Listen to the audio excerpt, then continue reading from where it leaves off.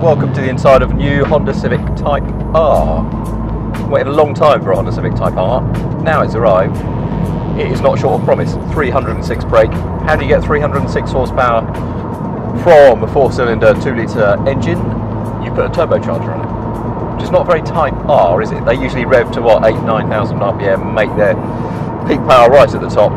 Now you've got a motor which revs to 7,000 RPM. So what's it like? Well, as you can tell from the noise, it is not very Type R-ish, but it is fast for a hot hatchback.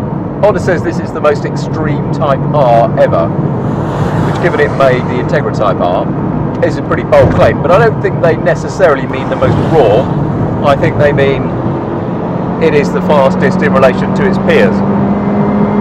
And this car has been around the Nürburgring in less than 8 minutes, which is pretty sensational for a front wheel drive hot hatchback.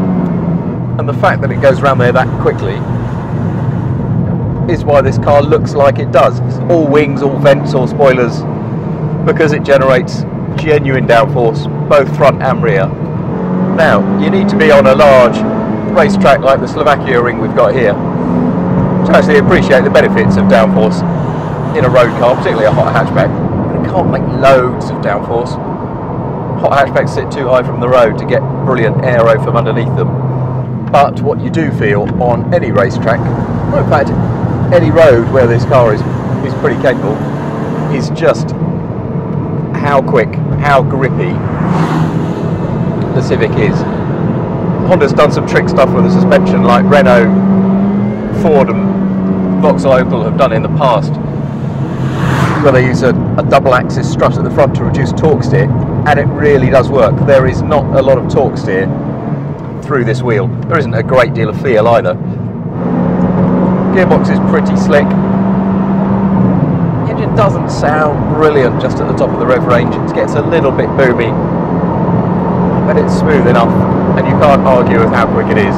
Honda's claims 5.7 seconds to 60 miles an hour. You can't get much quicker than that with the front driver, just because you end up limited by traction. But it grips very strongly, very capable mid-corner. The brakes are superb actually, and they do not run out even on a warm circuit on a warm day.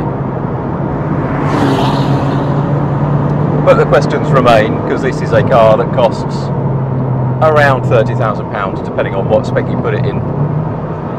Is it more fun than a Renault Megane Renault Sport Trophy? And is it more fun than a Volkswagen Golf R?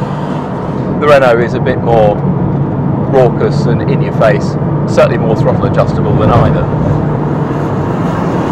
I think if I was going to have a car to drive 15,000 miles a year in, all on the road, you pick the Golf. I think it is the slickest, it's the most refined, it's the nicest to spend time in. But it's still very good fun. The Renault, if you were keener and you were going to drive on more track days, I'd probably pick the Renault. It leaves a Honda in a slightly delicate place. It's not as easy to live with as the Golf. It's not quite as rewarding and feelsome as the Renault. But you know what? There is room for that in this market. Honda has made a car that it wanted to make. Engine aside, the Type R character's intact. It's got lots of agility. It's got lots of grip. It's very fast. And if you just want to go fast, I suspect it is the quickest car in this class. And you know what? There's a lot to credit Honda for in that alone.